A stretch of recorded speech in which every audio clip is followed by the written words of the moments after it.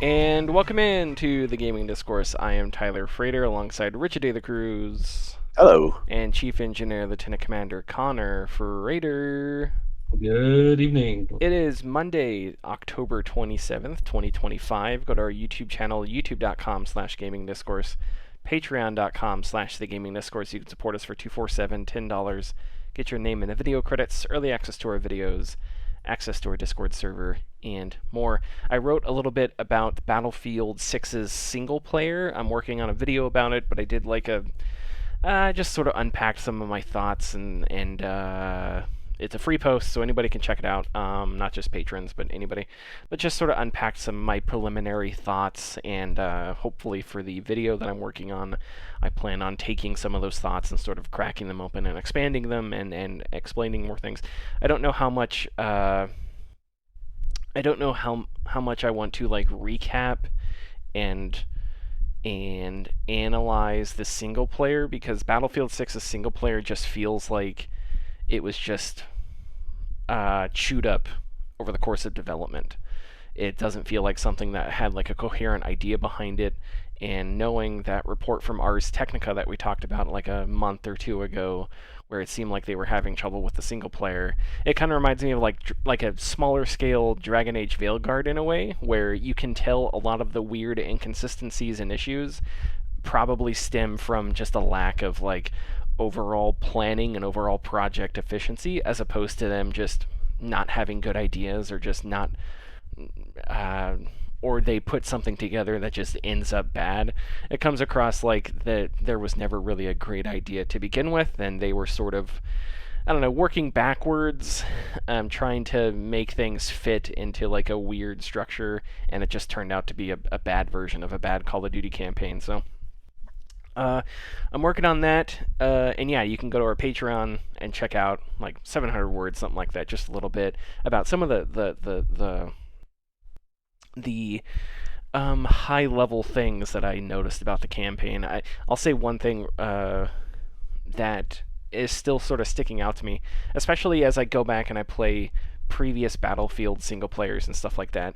And I think we can all think of like a few games where the game casts like a certain country as a bad guy. So, you know, Homeland or Homefront, I forget what the name of the game was, it was North Korea. The Battlefield games, you're fighting China, you're fighting Russia. The Splinter Cell games, relations with other countries aren't great. Ghost Recon games, especially the most Ghost Recon Wildlands, it's like you're in Bolivia, right? And it's not necessarily the country that's doing something wrong. It's that we're portraying like another country as like completely lawless and lost or something like that. So there's been this like long history of video games that take place in other places, and then they use those places or portray those places in certain ways that I think can come off as like insensitive or maybe even racist at times, but also just like, I don't know, should we keep doing fake wars between the U.S. and China if you just want to have like a fun action game, you know? It's like, do we really need to keep making up these giant scenarios, or do something like with Pax Armada, where what Battlefield 6 tries to do with Pax Armada is sort of distance the bad guy from any single country. And it does this in a couple ways, but one thing that I noticed immediately is that the tank for Pax Armada is modeled after the Leopard 2, which is the German main battle tank. So, and a lot of times in these games, you know, I say this in the little thing I wrote, it's like M16s versus AK-47s, or Abrams tanks versus T-72s, you know? Or, what was the other one I wrote? I'm trying to think. It's the paradigm, it's the old Cold War East versus West paradigm, right?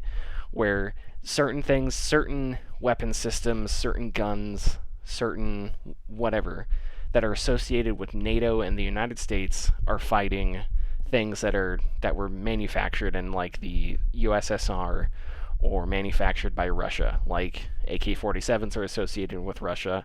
The T-72 is obviously, you know, a Russian tank, and then and there's obviously in the real world there's a reason for this because um, Russia and the United States were two superpowers that manufactured and then sold their weapons to other countries, and then those countries went on to use those weapons in those vehicles. So that's why it's like after World War II, different countries are using the Sherman tank, and different countries are using the IS-2 or whatever, right? So, um, anyway, so with PAX, they try to like distance themselves from that by giving PAX, clearly giving PAX the Leopard 2, which doesn't make any sense because as far as I know, Germany is part of NATO, and so if there was any war that where the NATO countries had to fight together, Abrams tanks and Leopards would be working together.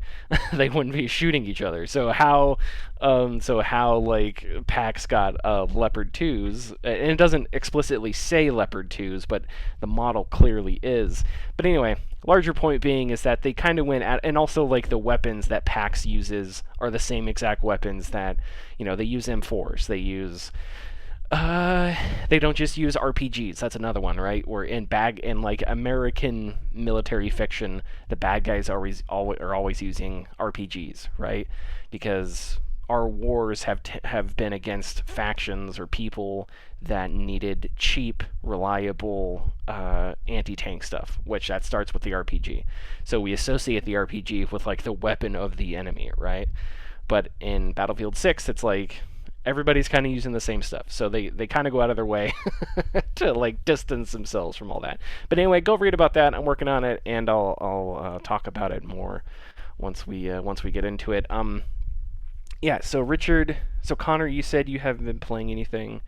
Correct. Richard, you've been playing more Yote, so I'm excited to hear your thoughts as you've been going. How much further are you into it? I don't know because it's a strange feeling of playing Yote where I feel like I've been playing forever and I have done nothing. And I kind of like I don't mean that in a bad way, but I also don't mean it in a good way. Um, I don't mean it in a good way either because I feel like I've done a lot of stuff, exploring altars, um, finding bamboo mini games and spas and stuff like that. But I have still yet to actively make my way to the next of the six. And I've been doing bounties. I guess that's probably what's been taking me so long. Because as soon as you say, "Hey, there's this guy out there, you gotta take him out," kind of like, "Let's do it, let's go." So, Yeah. Yep. I've been finding that, but I'm very happy with like little things, which is very strange. I think Yote has some of the best climbing of like any game I've played, Okay. because for a very arbitrary reason, as it doesn't waste my time.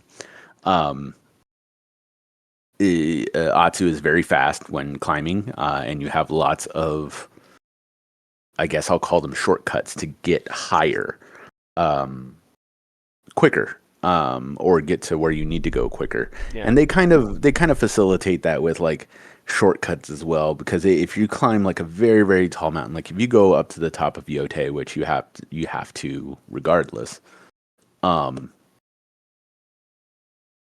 you kind of get this like sense of dread like halfway up, like, oh, I'm gonna have to climb down this whole thing. But right at the top they have a like, hey, do you want to go down to the bottom like tree stump, so you can just like head straight down, and it takes no Oh, time that's whatsoever. And so, that's useful. I have not scaled the Yote yet, so that's oh useful. really? Oh wow. I don't know how or why like I ended up going there, but you can get up to Yote, and then you can travel around the ring of the volcano. And there's like a bunch of little things to grab and some other stuff. But yeah, there's for very like long climbs upwards, there's always a tree stump at top. So when you go up to it, it's like, hey, do you want to go back to down to the bottom? And you say yes, and it just immediately takes you to the bottom. So you don't have to like waste time doing that. So I guess it's a lot more of I'm more fascinated and impressed by the um not ease of use, but um accessibility, Yeah, I know accessibility what you're saying. of the game. Because, Um, sorry if I could, no, please go ahead. because that's what Ghost of Tsushima did as well in a lot of ways. You know, pressing R2, it just grabs things around you really quickly, Yeah, right? You yeah, can do it on yeah. horseback, you can do it wherever. As opposed to something like Red Dead Redemption, where you pick up a flower and it's this incredibly well crafted animation of like Arthur, like shucking off the leaves and then like putting it in his pack, you know. And there's a place for that, but Ghost of Yotei always, or the Ghost games, and with the two that have existed, have gone sort of the other direction, where it's not cutting corners, it's just making a lot of things, I think, like easier and simpler and quicker. You know, when you start a fire, the first time you do it, you have to like create sparks with flint, you know, and then like Oh yes, yes. blow on it to like get the fire going. And after like the first time you do it, you can hold X to skip it. When you cook food that gives you buffs, you can actually like hold the food over the fire, and actually the controller actually feels really cool when you do that. But you can also just skip it. So it's like they have those little repetitive mini game type things that you would find like in Red Dead Redemption, where you would cook food, you know. Um, but you can just skip all those, which makes for a And much faster, much more fluid, you know, experience. yes, and they do kind of fake you out with that because yes, the first time you do it, when the first time you make your fire, when I did it, I was like, oh, well, that's really cute. That's really like novel, you know. Same with painting. Like when you do painting, you have to swipe across the touchpad. But when it came time to do it again, and it was like, yeah, go ahead and make your fire. I was kind of like, oh, I gotta do this every time. But of course, you see the skip button Yeah. there, and so it goes, oh, okay, great, because it is once again very intuitive, very very cool way to use the controller. But it's not something I'd like to do every time.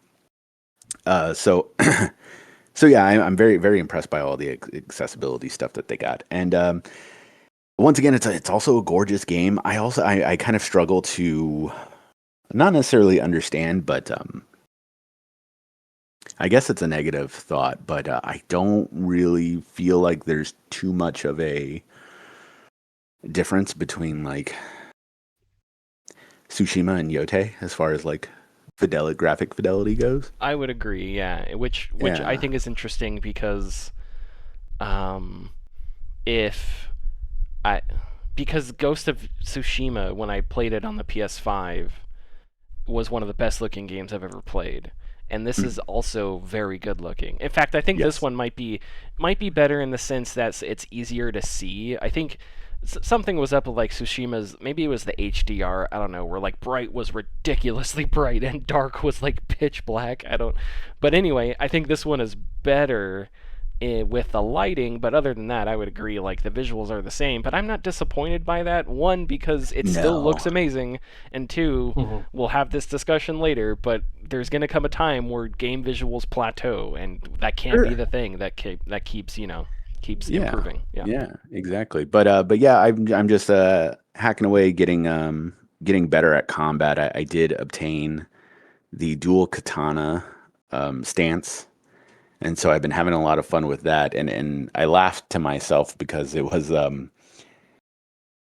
moment to where when you learn how to do it, the guy who teaches you how to hold dual katanas kind of stresses to you. He's like, "Hey, this is only for spears. Like if a guy comes at you with a spear, like this is what you need to use."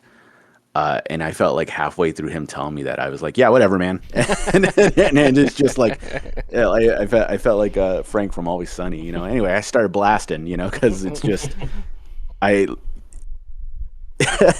just like lightsabers or hot dogs. Like you have two hot dogs or two lightsabers, and it's like you have two katanas, and it's like yeah, I have two katanas. I'm gonna use two katanas. I don't need just one. Yeah, yeah. Two's better than one. You know, it's that like Green Arrow up good, type of mentality. So yeah, I've been using that a lot, having a lot of fun. Oh, lots of fun sneaking into camps as well. I feel like the motion to take out enemies silently is a little more tighter than Tsushima is as well. Hmm. And because of that, I've become a lot faster taking down camps. But it's a lot of fun going through those. Beyond that, I haven't really done too much that I can sit here and and applaud because I feel like once again I've done a lot, but I've done nothing of value, so to speak, in the game. No, I understand what you're feeling. I think the best stuff is reserved for the story sequences. I don't know if you've gone to one of the early missions you get is to go to Saito's base, uh, and that's an interesting mission. I think some of the best stuff is reserved for like, and I think the bounty hunting is good too. And also, it's not always cut and dry. You'll get bounties later on where there's a little story attached to them, so it's just not Hmm. bad man kills people, go get him, and then you show up and he's Sure. like, I'm bad man, and then you kill him. Sometimes it's a little more complicated where you learn why the bad man is doing stuff, and I don't know. I So they add little like sprinkles of flavor and stuff into the bounty hunting to make it where each one, and like CD Projekt Red did that, with like the monsters in Witcher 3, where it's like every now you get a contract, go kill this thing, you kill it, whatever. But every now and then you get a contract and there's like an actual little side quest story attached to it or whatever, which is cool. Go ahead, Richard. Yeah, that definitely seems like that's gonna. I have a main, I have a main bounty that I need to go get, and it does seem like this one in particular because they don't. It's not just a bounty that you accept; it's a bounty that keeps popping up as you traverse the world. Oh, Um, it's like so hold on, how do I? Um, so like I've collected the bounty, but like I've gone to like another post where like two Ronin are talking about that bounty, or and then I get the same bounty from like the poll that they were looking at. So it does seem like that one will at least have a little more depth to it rather than just going to, take out whoever it is at the dueling tree or something like that. oh, okay, interesting. I'm not sure if I understand. Oh, maybe I do know what you're talking about. Okay, So it's the female Ronin okay, but that you have that there's a bounty on. that's her though, isn't it? Is it not? That's you. Yeah. That's the one I'm talking about. Yeah. Okay, Like okay. I haven't fought her yet, but I have seen her bounty in multiple places, so I assume she's a bigger deal than But just a normal yeah, bounty but I is. think that's Atsu. I think that's her. Yeah, that's you. That is her. Like that is the bounty for her. That's up on. Um. Oh, because I do actually have a bounty for like like a Scarlet Ronin. Oh, okay. I don't know. I don't know. Oh, Like that for one. for Okay. for a woman who has yeah. Okay. Anyways. Okay. Well, we I don't. know, yeah, I know that one. I'm talking about. Okay. Okay. I'm talking Yeah, about because something that's the different. only bounty I can think of that I keep finding, and always makes me Oh laugh yeah, because they're always each one is like increasingly angrier and angrier. Like, God damn yeah, because it. But okay, cool, cool. Yeah, I would say once you get to this, I think the story is interesting once you get to the once you start being able to chew on some of that Hmm. story content, and you could tell that I they took some inspiration from Red Dead 2. Connor. Yeah. I was gonna say I will say do the wolf dens, so you can get uh the so you can build out the wolf tree. It's too much. It's too much fun. It is so Oh, much fun. nice. Yeah, I did find one, so I will be on the lookout for more for sure. Okay, yeah, the wolf is when the wolf shows up when you do your standoff. So I haven't done any stealth because I love the combat. So Yeah. like I always just walk up and hopefully I love the standoffs. So and it was the same thing in Tsushima. I didn't do unless it was like required or something. I didn't do the stealth. I was much rather like no. I just want to walk up and hey you Yeah. guys, and then I like think the only stealth I've done is when it's mission related. yeah. So anyway, I started slashing. Yeah. Okay. Anything else you'd like to say about Yote or any other game? Nope, I'm good. Okay, Connor, you sure there's nothing you wanted to touch on, talk about? No. Alrighty. So, yeah, I've basically just been playing that, and I've spent an embarrassing amount of time playing Battlefield 6. I have not gotten into a multiplayer game like this in a super long time. I yeah, a shit ton of hours, and it's still good. It's still Battlefield. I'm still having fun. I've run into some of the things that people are complaining about. I don't know if you guys have heard about the challenges in the game. So there are certain class there are certain pieces of like equipment for your class that you don't get just by leveling up. You have to complete a challenge, or weapons, for instance, that are locked behind the challenge. And these challenges are broken. I'm fairly certain some of them are bugged. If anything, they aren't explained well, and it's really annoying. And they force you to, if you want to complete them, they force you to either just wait until you, by happenstance, eventually complete the challenge, or it forces you to like meta game it, and do something out of the regular to get the challenge. So to finish the challenge. So like as an example, there's one infamous challenge that is suppress enemies with LMGs. So there's this mechanic in Battlefield 5, suppression. And I don't remember exactly what it does. It like stops you. It stop like if you get suppressed, it stops your natural healing from occurring or something like that, right? They try to gamify suppression in a weird way, because suppression in real life is one of those things where it's just sort of it's just a threat, right? Like if you are a soldier that is suppressed, you can still stand up and try and fire back. It is just the threat that there are more bullets flying at you than you have flying in the other direction. So there is no like, I don't know, physical, like mechanical effect there, I guess, in reality. Suppression is just like a concept so in the game they try and gamify it, because suppression doesn't matter in Battlefield. If a guy's shooting at you, you're shooting back, because it's a shooting game, it's an action game. Even in things like squad, suppression is difficult because if your spawn point's not that far away, or if you have a squad leader who put down a spawn point not super far away, you'll take chances. In reality, you have one life, you take one shot, you're dead. So anyway, so this suppression mechanic is difficult to get because you can't hit enemies. You have to miss them to get it. So you have to like shoot around people to get suppression points, and it's really annoying to do because you're not shooting them. And so it's like you have to purposefully miss, and you have to do it 300 times. So there's like meta strategies where you play Breakthrough, which is the mode where it's like Conquest, but there's an attacking team and a defending team. And the attacking team has to take both points, and then the defending team gets pushed back. And basically the idea is, if you play as the defending team, just sit like behind one of your objectives and just throw rounds down range, and hopefully you get suppression points. But don't shoot anybody. Don't actually hit anyone. Just fire in their direction. Which again, I don't know. I have not played Battlefield 6 and thought to myself, oh, I've played like 50 hours, and I have not thought to myself, oh no, I'm suppressed. Like, that hasn't happened to me. So it's not like a real strategy. It's not something, it's not a real, like, it's a real strategy in milsims or in real life, but in Battlefield 6, because it's an action game, suppression just, I don't think is really a thing. I was scrolling through some like Reddit posts, and it kind of made me roll my eyes, because people were like, well, the point of an LMG is to set a base of fire, and it's like, okay, but that's not happening in Battlefield 6, because that's not what Battlefield 6 is about, right? You can do that in squad, but you have to be really coordinated to even do that in squad. And also because you can die with a single shot in squad and in reality, which is why base of fire makes sense.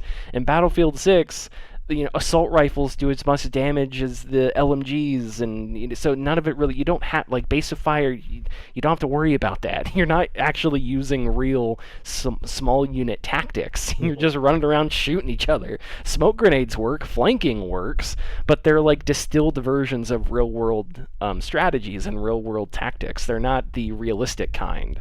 Battlefield 6 is to real life combat as like NFL Street is to the NFL. I mean, it's just not, it's like a similar thing, but it's in no way a simulator or the same thing. So anyway, so that challenge sucks because you just have to, it's inconsistent. You have to like shoot close enough that you get suppression but not hit them. If an enemy is running and then you take your shot and as they run, your shot like passes by them further than suppression allows. You won't get that. So it's dumb. It's just a dumb challenge to have. And it sucks because there's a really interesting LMG that's locked behind the suppression thing. And because I play medic, and medics have, you get like, the weapons aren't locked to specific classes. Like, you can use any weapon you want, for any class you want in most of the modes. But the support class gets like certain buffs for LMGs, right? And I like LMGs. They have a lot of ammo, and I do like to, like, I will, if I see an enemy like run around a corner, I will just continuously fire at that corner, anticipating them to come back around or something like that. Or when people pop smokes, I'll just unload an entire box mag into the smoke, and I'll get kills like that because I know people are running through it. And if I had a 30-round magazine, I couldn't do that because I would run out of ammo. But I have a 100-round magazine. Actually, with the gun I have now, I think it's only 40 rounds, which actually makes it quite difficult. But so yeah, that suppression mechanic, that suppression thing just doesn't work. It's not very fun. And then there's, I have a grenade launcher that fires incendiary airburst grenades. They like blow up in the air, and they create a smoke screen that also hurts. So I have to do 2,000 points of damage with this thing. And I have killed people with it 6 times because I went into a a team deathmatch game, and I only used the smoke grenade, the fire smoke grenade. I didn't use my gun. So I kissed my KD ratio goodbye, and I ran around with the smoke grenade trying to like fire napalm grenades at people. And I got 6 kills. And I don't know the math, but I assume if you kill somebody, you do at least 100 damage. I mean, I don't know, maybe people can do assists, so I don't know what like the least amount you can do to somebody that counts as a kill. I don't know, but anyway, I got 6 kills, which has to be like a couple hundred damage or something. And right now in the challenge, it says I have 12 damage, which I don't know what that means. Like, how is it possible that I've only done 12 points of damage when I've killed 6 people with my airburst grenade? And I don't know if it wants me to damage people when it bursts in the air, because sometimes I fire it on the ground and not in the air, but it doesn't specify, because the challenges are like, they don't explain a lot of things, which is really annoying. So that's a complaint I have. And that one, the airburst grenade isn't so bad because it's just like a skin that's hidden behind it that I can unlock, so that's like whatever, fine. But the LMG that's locked behind the suppression mechanic sucks, because it's like that LMG looks good, it's got really good stats, and I would love to get it and play with it, but I have to do this. If I do it, then I have to stop playing Battlefield, and I have to do a meta strategy and grind out a meta strategy until I until I complete the challenge, which sucks. But other than that, there's a new update coming out for Big F6 tomorrow. I think there's a new map, or a couple new maps or something, which I'm excited for. But I think for the most part, I'm still having a really good time. The game feels well balanced to me. I don't know. I don't keep getting killed by like a single weapon, or I don't, I'm not.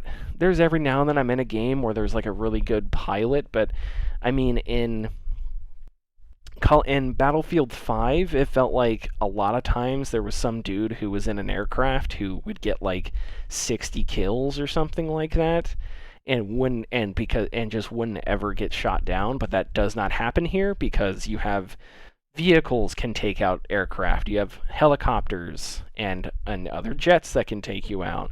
You've got tow missiles that can take you out. You've got anti-air tanks that are just made for anti-air that can take you out.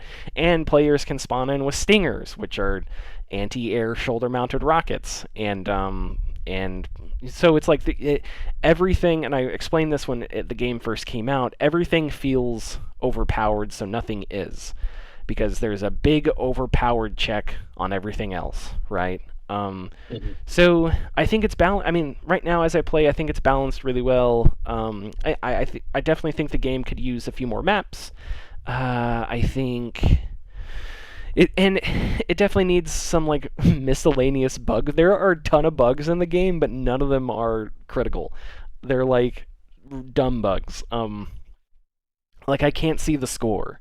Are they like the Marvel, well, that just happened type of bugs? Kind of sometimes. Like I can't see the score every now and then for sometimes my team, sometimes the enemy team, sometimes both teams. I mean, So that's less pressure on me. yeah, you don't. So I'll be playing, Conquest, and it's like 0-0, and I'll just have to ask, hey, are we winning or losing? Like I'll have no idea. Or I have no idea how close the game is to ending.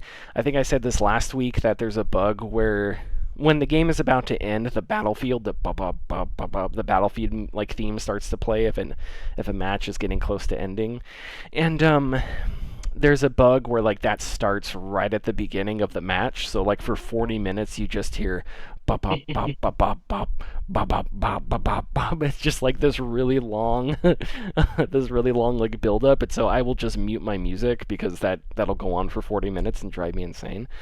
But yeah, I mean, the other day I took an objective in a tank and I really enjoyed it because I had a buddy with me who was like healing me, and so we were like using the tank exactly how you're supposed to use tanks in Battlefield, which is take an objective, force the enemy to try and attack you, have infantry around you that are like helping you out, especially with the engineers that like suicide up to you with C4 or tank mines or something like that. Um, so yeah, I have not flown jets. I have not flown helicopters. I have no interest in doing any of that. I am just being a medic, and I'm really enjoying it. And yeah, so I think that's all I'll say about Battlefield 6 for now. Okay, is there anything else we would like to say before we move on to the news?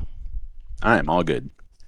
I do think it's funny that people will make those comparisons, like you were saying earlier about the LMG, and then be totally fine with, you know, uh, air superiority aircraft being used for close air support. Yes, exactly. Because like the F4, because I think the Falcon, I think that no, that's an Eagle. I don't remember which one it is. The F-18, F-14. I don't know. But yeah, like the ground attack jet in Battlefield 6. As far as I know, that's like a multi-role fighter. I don't think it is like dedicated ground attack like the A-10 is. But again, so the only reason I said that is just because I read somebody in a Battlefield Reddit who like I know. who went army.gov, read the infantry page and was like, okay, I'm gonna sound like a badass. I'm like, no, stop it. You don't do tactics in Battlefield 6. At least not the way you think you want to do it. If you actually try that, you're just gonna get hit with grenades and smoke grenades, and you're just gonna get knifed and sniped, and you don't get to lay down base of fire and make your cool little hand signals. As much as I love that stuff in like Squad, that's not for Battlefield 6. Okay, alrighty. Well, next week we'll have the ad back. This week, still no ad. Go to youtube.com/gaming discourse, patreon.com/gaming discourse. Support us. Thank you very much. Okay, let's move on. Jason Schreier has a report from Bloomberg about Xbox's profit margins. I'm just going to read some of the notes here, and then we'll read some from the story. Over the past 2 years, again, this is Jason Schreier speaking to... I'll have to look at it. I don't remember how many sources it was, but it was anonymous sources with knowledge of the situation. Over the past 2 years, executives at Microsoft have set an across-the-board goal of 30% accountability margins. The gaming division has responded with cancellations, rising prices, and cutting jobs, which we've all seen and reacted to over the past year or so. The new goal was implemented by CFO Amy Hood, whose team has taken a larger role in the gaming business in recent years. I'm going to read straight from the story. Quote, the average profit margin in the video game industry in recent years has ranged between 17 and 22%, according to estimates from S&P Global Marketing and Global Market Intelligence, while coming in between 10 and 20% over the past 6 years at Xbox. Court documents from 2023 revealed that Microsoft's gaming business had a 12% profit margin for the first 9 months of the company's 2022 fiscal year. The new goal, which hasn't been previously reported, is at the outer range of what a gaming studio can typically reach in a boom year, said Neil Barber, an analyst with S&P Global.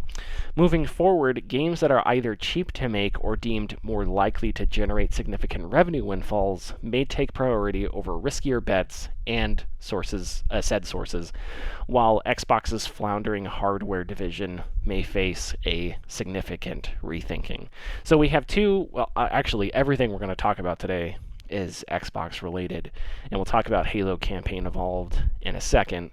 But yeah, what are our reactions to this? We've talked a lot about like Xbox's strategy. I think it's kind of confused all of us, and we're not exactly sure we know what Xbox wants to do. And I don't know. The more and more we look at it, the more and more it just seems like Microsoft just wants it to make money, but they really don't care about it much more outside of that. I don't know.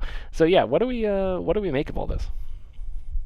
The actions that Xbox and Microsoft have taken, well, they're both the same, so I guess I shouldn't separate them. Remind me of someone with ADHD that has like 3 or 4 things in front of them that they all enjoy, but each one of the items, like, they get more enjoyment out of another during certain times of the day. So they keep dropping it to go to the next one and go to the next. So it's like, oh, this thing is making money. Let's go with this. Oh, this one isn't making that much money anymore. Let's go to that. And then they're kind of they're chasing money is what they're doing, of course. But instead of using the power that they have to kind of focus on what they could be doing, they're falling into the pit of capitalism. And yeah, I don't know what they're doing, and I don't know what. I don't have any answers for any of this. Yeah, the thing that's stupid. The thing that popped into my head, especially because Schreier reported that they were looking at, take moving forward games that are either cheap to make or deemed more likely to generate significant revenue windfalls may take priority over riskier bets. So the thing that occurred to me there was like, oh, so if you had a developer that, let's say, I don't know, made a fun, cartoony, rhythm-based action game, that'd be a great thing, right, Microsoft? You wouldn't, close them down and then sell them off to Krafton. You wouldn't do that, would you? Well, they did. So, and they don't have Tango anymore. So it's like, I don't know, or, Contraband is closed, and I think Avalanche, I don't know if it was the entire studio or certain parts of the studio that are closed now. So that sounds good because that's what the gaming industry needs to do in totality. Like, yeah, things need to be scaled down and things need to be more sustainable. But your actions over the past few years it seems like your actions have not done that, have not put you in a position where you could do that and hitting the ground running. Instead, that's something that you have to build up to now or figure out now, which is frustrating. I think, Schreier points out in this piece that Xbox, which I don't have the freaking Xbox sounder, we'll make up for it next week, that Xbox has had a trouble with like big named exclusives, right? And I think that's partially true. I think that's partially also perception. Because games like Indiana Jones were Game of the Year worthy, but it came out at the end of the year, so it wasn't eligible, for like Game of the Year. And then it also released on PlayStation. So there's been this dilution of the Xbox brand where, at one point I have my box for Halo 2 somewhere, like not far away from me, and at the top only on Xbox, that stamp, right? And that was a big deal. Xbox exclusives were like an important thing, but they don't really have they don't have those really anymore. A lot of stuff is on PC, and more of it's going to PlayStation. And so it's like they're diluting the brand in that way, which in some ways I think it's cool. I think it's great that I can play Indiana Jones on the PlayStation, but also like I don't know if that's a good choice for if I want a healthy console economy. To have one console that just doesn't incentivize its own existence in any way, right?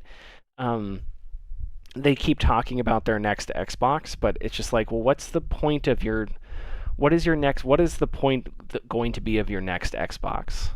Because if it's not the games that are going to be playable on it, then what is it? Is it capability? Are you going to have some kind of portability layer there? Because if so, cool.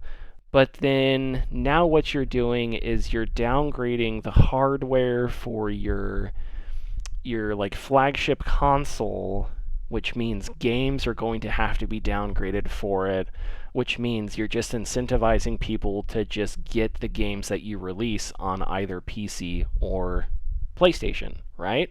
That want the premium experience. Unless your idea is to compete with Nintendo at like a different level. But this is just me speculating that what can you do with a future console if the cornerstone of your business is not, hey, look at all these titles we have. Look at the exclusives that we have that you cannot play on PlayStation. So I don't know. I think their foray into uh, handheld gaming is interesting, but I don't see Microsoft as a company I don't know. I feel like it's a fad right now. I feel like Steam came out, innovated, and it wasn't like they did it out of nowhere. Steam has been attempting that for a long time in different ways. Mhm.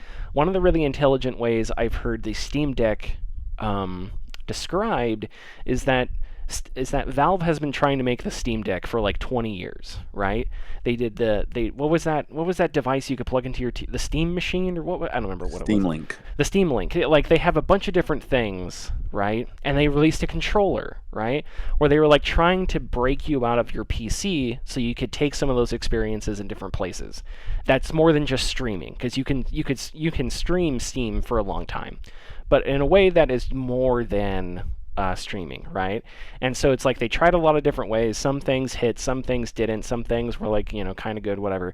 And then they got the Steam Deck, and that's what finally hit. That's what finally made sense and was successful. So for them, it's like a larger part of PC gaming, a larger part of interacting with Valve with Steam, as opposed to I think I don't know, these other companies that are making handheld gaming PCs, because I think the strategy is like different at different companies. With Xbox, we know Xbox and other companies, they consider like TikTok to be a competitor, which makes me roll my eyes because it's just like, I don't know, I I don't know what to tell you if you have to grow to the point where you are competing with things that are completely outside of your medium, right? Are you going to be competing with sleep soon? Are you going to be competing with dating and going to restaurants? Is like every minute of a human being's life going to have to be competed for? No, there are people out there that would rather play video games than go on dates. So just give video games to them. Don't try and like sell games to people that aren't interested in games or are interested in a slice of games that you don't necessarily have expertise in making. Don't try and break out of a market. There is a market for video games. Cash in on that market. Don't try and break into other markets where there may not be anything there. So it's like, to me, that's what this like whole fad of like the handheld PC thing feels like. And it's also coming from companies that I just don't trust with having a belief in or patience in video games, and one of those is Microsoft. So yeah, I don't know if they're going to be able to hit that 30% profit margin, but I'm not sure how if you're putting games also on PlayStation, because then that's a chunk of money that is going to PlayStation, right? So even if you do win the battle against TikTok to some degree, I don't know how much money is that going to bring in, and how much money are you going to be spending on manufacturing a console that you don't incentivize? So I don't know. The entire if I were Xbox, I would scale down. I would make things cheaper, and it would piss people off, but I would just be upfront about it. I would say, "Hey, we tried being platform agnostic. We don't think it's working. We can't make money like this. Unfortunately, console exclusives are and a necessary evil, which I have thought personally for a long time. But even now in today's world, you could argue, so what we're going to do as Xbox is we're going to have Halo Campaign Evolved on Xbox and PC exclusively for 12 months. And then we'll explore secondary markets after that, like PlayStation is doing. And PlayStation exploring secondary markets with games, with putting their games on PC, has not hurt their as far as I know, has not hurt their exclusives launching on PlayStation, right? Um, so I like PlayStation's business model, the way they're doing things better. Not that they are like any more intelligent than than uh, than Xbox. You know, Xbox screwed the pooch. PlayStation showed up at the ball game. The other team didn't even show up, and then all of a sudden, PlayStation's tripping over itself in the outfield, and you're like, "There's no one else out there. How could you be tripping?" But anyway, so yeah, I'm sorry. Is there? Did you? Well, I went on that rant. Did you guys have any thoughts popped up? It's bold of you to assume that Microsoft slash Xbox has a plan. Well, you know, it feels like there has to be something, and I'm just not. I'm just not seeing it. I don't know. So yeah. But if yeah, go Go ahead. ahead. No, no, it's fine. You go ahead. I wonder you were talking and made a point about wanting them to hit their 30% profit margins, and I'm pretty certain I'm thinking about this the wrong way, but usually the way that you would get more profit, obviously, is relieving a bit of stress from the consumer, from the consumer's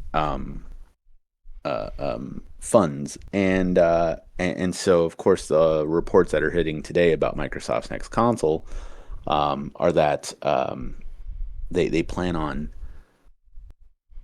no longer providing. I'm sorry, they're going to be providing for the next console free online play, Yeah, I saw that too. which I don't know if they'll still have Game Pass. I don't know if I mean, they probably will. I don't know if, but originally those things like Xbox Live was facilitated as a service, and so that was a way to get, extra income from the consumers because, obviously PC doesn't have to pay for online. PlayStation 3 for its life, a large majority of its life, you did not have to pay to play online. I always forget about And that. yeah, and then now all of a sudden you do, and so the question, at least from PC gamers, a lot of the PC audience is, well, why do we have to pay for that when we could do it for free, like it is just here, using peer to peer, which has varying degrees of outcomes. But I'm sorry, I do wonder if if someone has thought like, hey, if we get rid of this thing that people complain about, that's 60 to $120 a year that they save, they can use that towards something else in our ecosystem. And I wonder if that's maybe an idea that they have that they can get extra income from. But yeah, those reports about their next console are I think those are just I don't know if any of those has been corroborated, but a lot of outlets are reporting on it, so I guess it must be true. But Xbox has gotten less and less secretive about what they're doing, like each generation. So I'm sure all of that information is correct.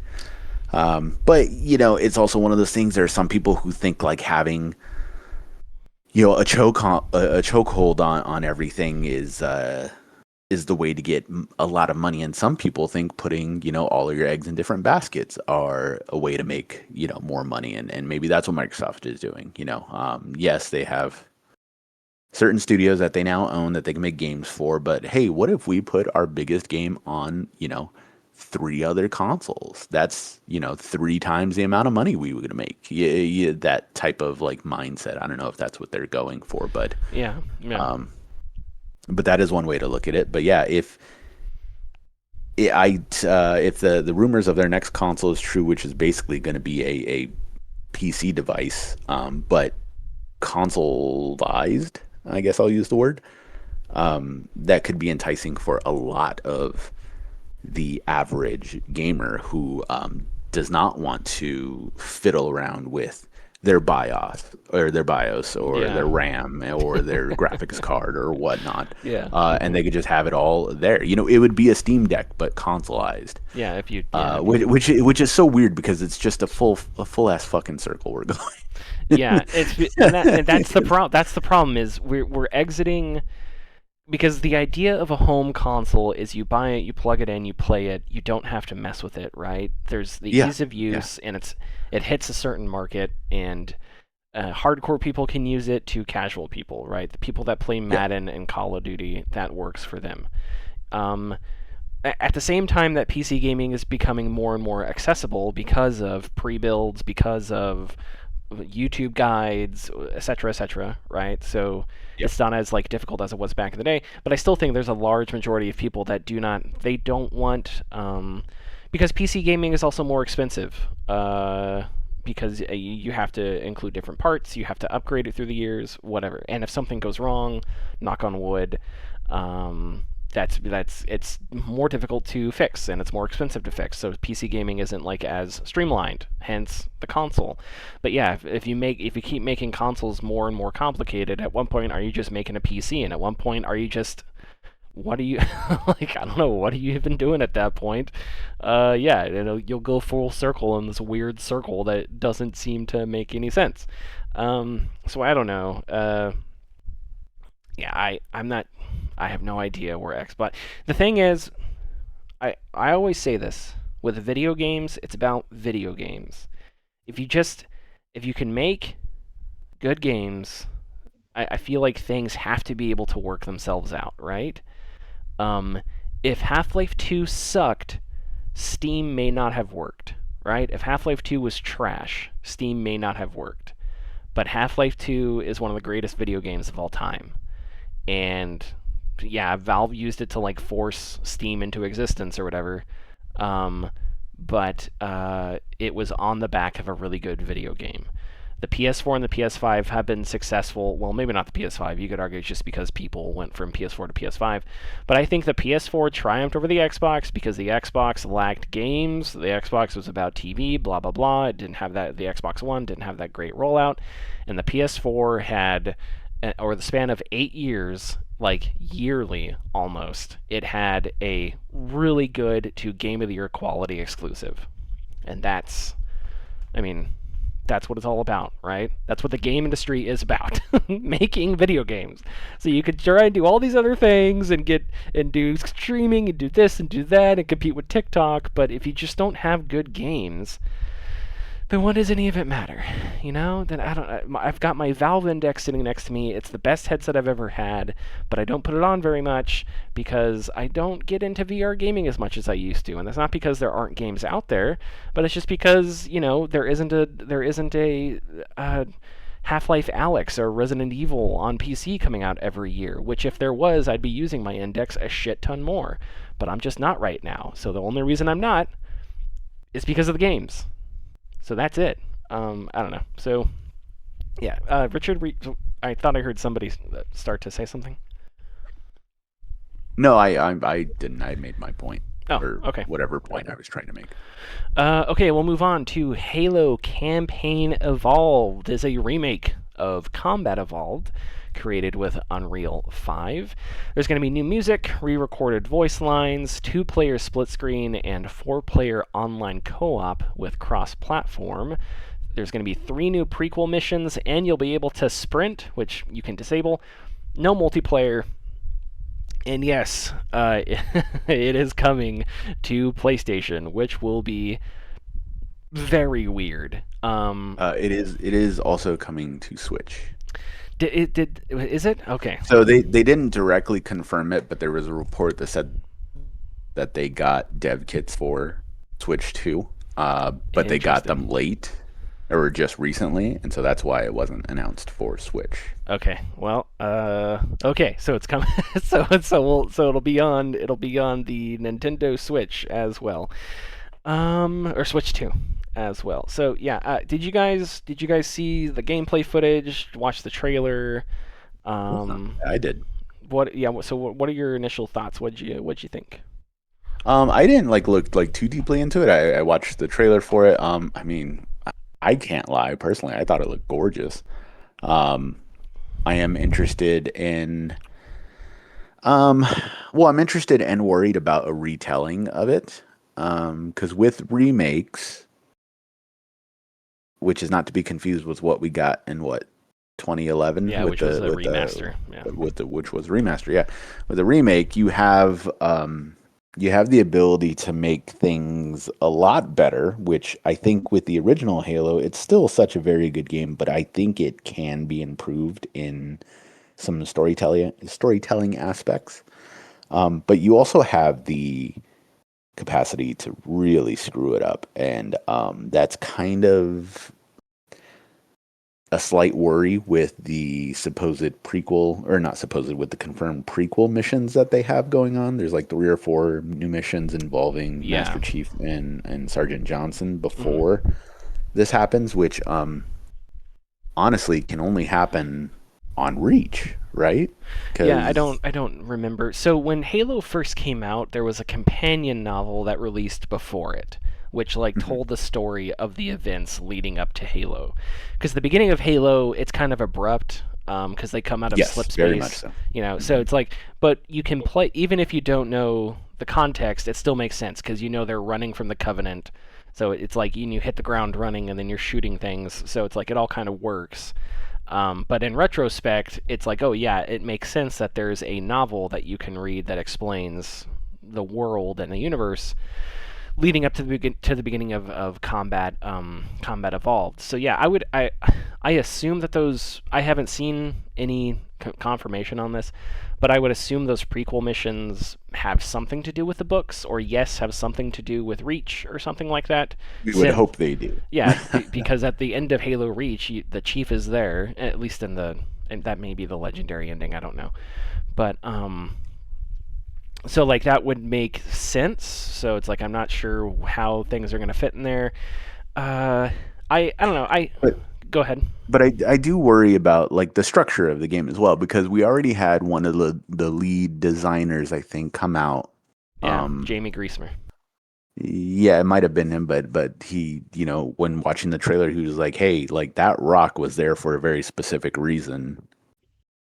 And so it was to kind of like slow your progression down so you can kind of like take things in more. So if they've if they just went in and was just like, why is this rock here? It's like, okay, well, they don't get why Yeah, the and game was paced the way that it I was. can explain exactly what he's talking about because I think he's Yeah. correct. So Yeah. so it takes place. So it's in the Silent Cartographer, which the Silent Cartographer for me is maybe the single best like 30-45 minute single level in video game history. It's excellent for numerous reasons. But as Connor knows, because we played through it a billion times as kids. But so there's a and Richard, you'll probably remember that because I'm assuming you've played it, but maybe not recently.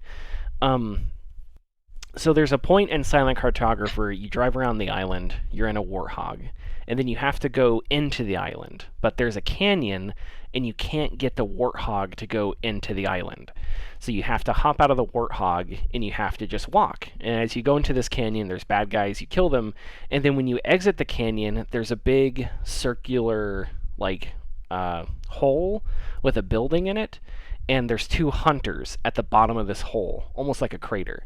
And there's a bunch of ammo and stuff, and you have to go down there and you have to fight the hunters. And you don't have you might have rockets at that point. I don't remember if you're able to find the rockets yet. But if you follow the normal path, if you follow like the path without exploring, you don't have rockets. You just have whatever weapons you've picked up, which aren't going to be they're not going to be great against hunters. So you have to learn how to fight the hunters, and that fight takes place. It's in broad daylight and it's wide open, right?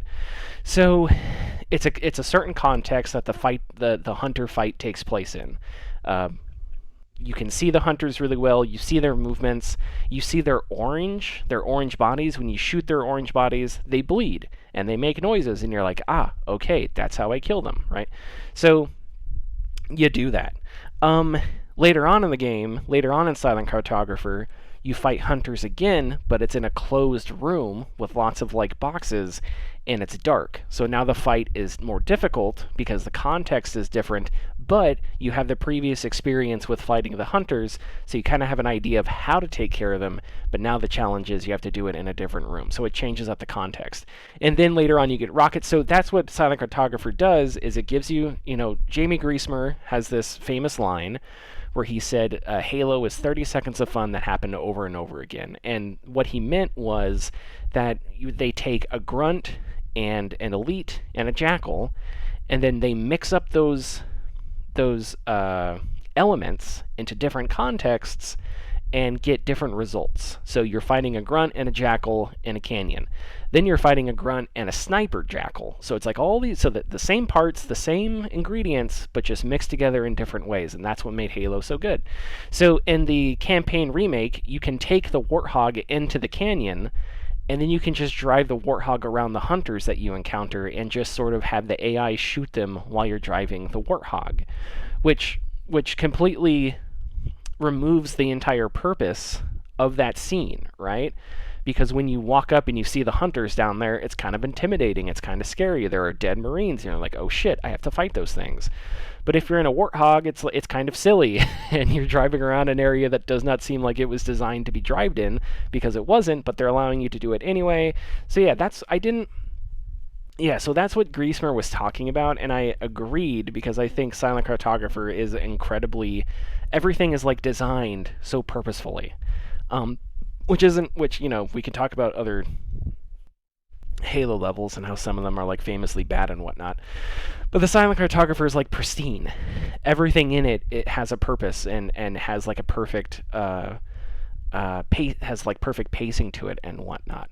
There's another moment where, because sprint is going to be in the game, which you can disable. Right. Sorry, did you guys have anything to say up to this point? No, except for first off, you described the entirety of Silent Cartographer, or at least that section of the stage, so perfectly that I completely remembered everything that went on in that level. And I haven't played that level in good fucking mid 2000s maybe. So thank really you good. for that. It's really good. No, yeah. So, but yeah, I don't mind a remake of Halo 1, but there comes so much baggage with it if you kind of like mess it up. Yes. And of course you have to like kind of think about, that's the worst part about creating a remake. You have to think about the type of audience that you're going to play, or that you're going to that's going to consume it, because Halo is still exciting for, I think, a good chunk of the gaming audience. But you have to try to make people care about Halo again.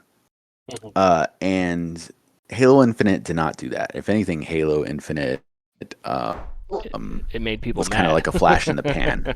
Well, yeah. Like there was a half a week of people going, "This is actually really good," and then like you didn't hear about it again. Like everything kind of like went to the wayside. And yeah, maybe it's a good idea to redo Halo, but you still have to keep its soul. And we always talk about it. We always bring it up. Resident Evil 2 did that. The remake did that for that game. And even the Resident Evil 4 remake did that. To a lesser extent, Resident Evil 4 did that. I understand there's a lot more negatives on Resident Evil 3, but I still think that it did a fairly good job. And so I do appreciate that the co-op is still there. I do appreciate cross-compatibility co-op. You just have to really nail the story and the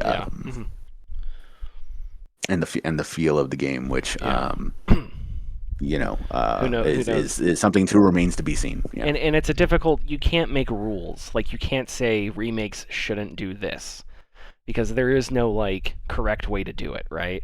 How do you sustain the spirit of something? That's an incredibly up in the air question, right? Like I guess you could say like the Metal Gear Solid remake kind of does it because it's a shot for shot remake, but even then you don't have like the fuzziness of PS2 graphics. So you're going to lose something. Things are going to change to some extent. But like another point I was going to make, which Griesmer brought this up, and then I watched the footage and I saw as soon as he said it. So you can sprint in Campaign Evolved, which is fine if you want to do that. You can disable the sprint, which I think I will be doing. But sprinting, the game was not made with sprinting in mind. So there are certain levels, certain encounters, what have you, that it was all designed with the Master Chief's movement, right? Which is a relatively like slow jog. You don't have a sprint. So and that second hunter encounter I talked about, where you go into a dark room, there's like boxes everywhere, and two hunters come out of like a dark, like at the other end of a dark room, and they attack you. There's creepy music that starts to play, and one of the things about Silent Cartographer that hits differently is that the level starts as a beach assault, touchdown, hit it, Marines, and it's fucking awesome. And then slowly, the Silent Cartographer kind of hints and hints and hints, and then eventually it flips, and it gets creepy for some reason, and you're not even sure why. It's like, this thing is creepy. That elite I saw go into the door, he's gone now, and it's like, what? Like, it gets almost scary, and you're not even sure why, and that's because Halo was sort of a secret horror game, because you eventually meet the Flood, and then all that goes. But anyway, so when you get down to this room, the person that was playing the gameplay footage, they sprinted through the room, and so as the music started playing, they were already at the other side of the room with the hunters. So instead of this this curated experience where the music builds, you walk into a creepy room, and then you're like, do I hear hunters? And then boom, there's two more hunters. The guy just sprints to the other side of the room. The music starts, but it doesn't matter because the music is starting at the same time you see the hunters. So the entire experience is not as it's not as precise, it's not as streamlined. It feels a little more generic because it's just creepy music happening while you're running through a thing. So yeah, it's just so that as soon as I saw that, I was like, if this is your first time playing Silent Cartographer, things are going to hit differently, and I think those things are going to hit differently. At least that if you did that, that's hitting in a way that I don't think is as effective. Because sprinting makes you feel like you can get out of danger, you know? So if you see those guys, you can sprint away. In Combat Evolved, you can't sprint, so you're in there and it's time to fight, you know? You can try running away, but yeah, there's other things, like the assault rifle had 32 rounds in it, which I know sounds petty, but I think, again, the assault rifle having 60 rounds I loved because it felt so desperate for humanity. It was like, how many bullets can we fit in this thing? We're losing this war. Just go with 60 round magazines, right? It was like ridiculously big, and guns today don't have 60 rounds, at least like assault rifles don't. Normally, I would assume, and again, it was plagiarized. So much of Halo was plagiarized. It was plagiarized from the assault rifle in Aliens, right, which has a big number count, and it feels brutal. It feels like overkill, right? In Aliens, these weapons that they have, I think one of the things that makes it effective is you're like, these weapons are supposed to shoot at humans? These things that, like, auto guns that fire, like, automatically target, and then they fight aliens, and of course, you know, their weapons barely work against the aliens. So it's like Halo kind of feels there's a little brutality there. There's a little, like, over-the-topness, because this gun has 60 rounds in it, which is just ridiculous. But 32 rounds just feels like, I don't know, an M4 has 32 rounds. It's just a standard amount of bullets. It's kind of boring. And there's no reason for it. In multiplayer, if you want to argue that like multiplayer changes up the context and you don't want guns that all of a sudden have way more bullets or whatever, like I understand that the formula is different, but Campaign Evolved is going to be single player with co-op. There's going to be no multiplayer options, so I just don't see why you can't have the 60 rounds there. Connor, were you going to say something? No. Oh, okay, sorry. I thought I heard your voice going. We'll see. Yeah, I thought it looked, I don't know, Unreal Engine 5. I am one of those people that like follows Digital Foundry. I also think that sometimes people overblow the problems with UE5. You know, like with, speaking of Snake Eater, you know, when the reviews dropped, it was like, Snake Eater is the worst game ever made. And I was like, I don't know if I want it. I pre-ordered it. Should I just cancel my pre-order? I bit the bullet. I played it, and I was like, that was fine. Like, that wasn't a big deal. Maybe my experience was an outlier, but I did not get anything near some of the performance problems that I saw reported. Now, I also played the Oblivion remake, and let me tell you, the Oblivion remake is a disaster. So it's like, so I can see both sides, but I also think it's sort of a self-fulfilling prophecy where now people are angry that a game they played was unoptimized and it was UE5. So now they're kind of hoping that all games with UE5 are going to be unoptimized because they hate it and they want people to stop using it or something like that. Like one of those weird opinions that instead of just reacting to reality, it's like wanting to bring something, manifest something into reality. So who knows? I hope that Unreal 5, but again, the important thing is getting the feel of Halo. Halo feels a specific way. The grenades, the shots, the way recoil works, it's vastly different from Battlefield, vastly different from Call of Duty. Destiny was close. I haven't played Destiny in years, but like the first Destiny was relatively close to like the feel of Halo weapons. So yeah, we'll have to see. I'm excited, and we're already at an hour 10, so I can't go on this too much. I don't necessarily know if the answer for Halo is just to remake the first game. I thought the open world of Halo Infinite had a shit ton of potential, but it just never came together. And I felt like you could do something like that, where you could take an open world and then before you can still have silent cartographer because it's like, okay, chief, we need you to come over here for a mission. You go over there, loading screen, silent cartographer, whatever, and then eventually it like funnels you back to the open world where you can do open world stuff. Which open world games have that, where there's an open world that funnels you into single player missions, then eventually it places you back into the open world and whatever. I don't know. That would have been more ambitious, but I just Halo Infinite's open world was just so close to being fucking awesome, and it just didn't come together. And but they're not going that direction, so okay, we'll see what they do. Yeah. Okay. Is there anything else we would like to say about this before we do our one tidbit? Nope. Connor, you have the Yes. tidbit. What is your I tidbit? do. Last Sunday, October 19th, was the 15th anniversary of Fallout New Vegas. Which is Excellent game. Yeah, which I think a lot of people would agree. Of the FPS Fallouts, is probably the best Fallout. I haven't played 1 and 2, but I'm sure there are people out there that probably enjoy the more RPG, top-down, isometric Fallouts. Enjoy that one more than Fallout New Vegas. I don't know, but yeah. Are we all pretty big fans of Vegas? Do we all have a quick take about what we liked about it? One thing we really liked about it, Connor. What's one thing you really liked about it? Oh god, it's the factions. It's always the factions. The subtle and not so subtle jab of a certain generation, being the war obsessed, explosion obsessed faction, the boomers. Not so subtle naming there. Yeah, and Benny. Yeah, I was gonna say. The thing that my favorite part of Fallout New Vegas is just that the intro is just so good. It's just Matthew Perry, and he's just like, "Sorry, kid, the game was rigged from the start," and then a ridiculously like loud and clanky pistol shot, and then the Fallout theme, bow down, like it gives me chills every time. Like what a cool way to start an adventure, right? Having a mobster like shoot you in the head, like it's just I don't know, and ain't that a kick in the head? Like I love that whole thing so much, that whole setup.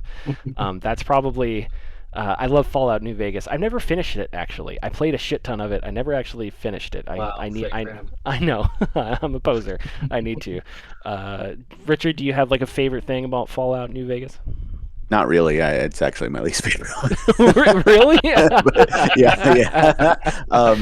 I can fully admit that the writing is top tier. from Obsidian. The amount of ways that those speech trees can go and some of the situations you can get yourself Yeah, in yeah. is insane. I can't get over the desert because I live in one, and so I do not like desert Yeah. But it's the things. Mojave, and we live in the Sonoran Yeah, Desert. it's a completely It's different thing. different. There's Shit, yeah. fuck, god damn it. And I hate Cazadors, so Oh yeah, they um, suck. Those things suck. like Yeah. New Vegas I stopped playing I know. quickly, and I've tried again recently, and yes, yeah, the opening sequence is still frequently quoted, and memed to this day because Yeah. of how good it is, how situationally for the start it is. So I do love that, but yeah, I have not given it its love like everyone else has.